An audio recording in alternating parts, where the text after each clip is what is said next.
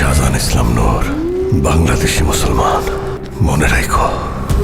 আসন্ন ঈদ উল ফিতর উপলক্ষে বড় পর্দায় নতুন চমক নিয়ে হাজির হচ্ছেন জনপ্রিয় অভিনেতা আফরান নিশো।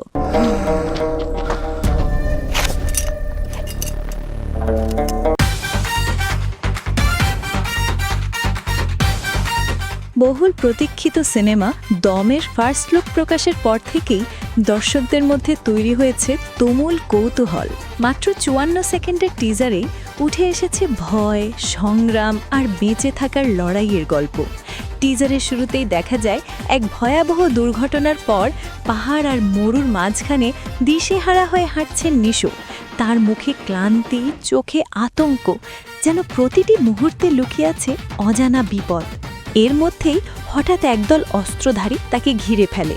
পুরো দৃশ্য জুড়ে সংলাপ নেই, কিন্তু টান টান উত্তেজনা দর্শককে ধরে রাখে শেষ মুহূর্ত পর্যন্ত।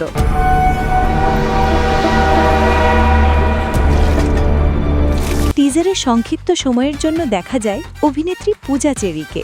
তার চোখে মুখে স্পষ্ট আতঙ্ক আর অনিশ্চয়তার ছাপ। সিনেমায় তার চরিত্রের নাম রানী, যার মধ্যে রয়েছে শক্তি ও দৃঢ়তার একাধিক স্তর। এছাড়াও বন্দি অবস্থায় দেখা যায় শক্তিমান অভিনেতা চঞ্চল চৌধুরীকে। এই দৃশ্যগুলো গল্পের রহস্যকে আরও গভীর করে তোলে।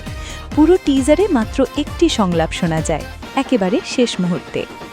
নিশোর কণ্ঠে ভেসে আসে, আমি শাহজাহান ইসলাম নূর, বাংলাদেশি মুসলমান। মনে রাখো।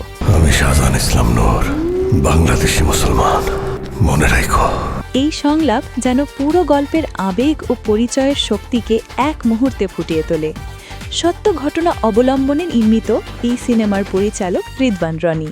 চিত্রনাট্য লিখেছেন সৈয়দ আহমেদ শাওকি সহ আরও কয়েকজন লেখক।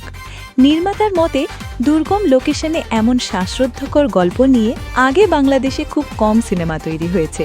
নিশো নিজেও বলেছেন, দম শুধু একটি সিনেমা নয়, এটা বেঁচে থাকার গল্প, একটি সার্ভাইভাল স্টোরি। এমন সিনেমা বানাতেও যেমন সাহস লাগে, তেমনি অভিনয় করতেও লাগে দম। অন্যদিকে পূজা চেরির মতে, তার চরিত্র রানী গল্পে গুরুত্বপূর্ণ প্রভাব ফেলবে, যার পুরো রহস্য জানতে অপেক্ষা করতে হবে সিনেমা মুক্তি পর্যন্ত। আনটিল দ্য লাস্ট ব্রেথ এই ট্যাগলাইনে আসছে দম।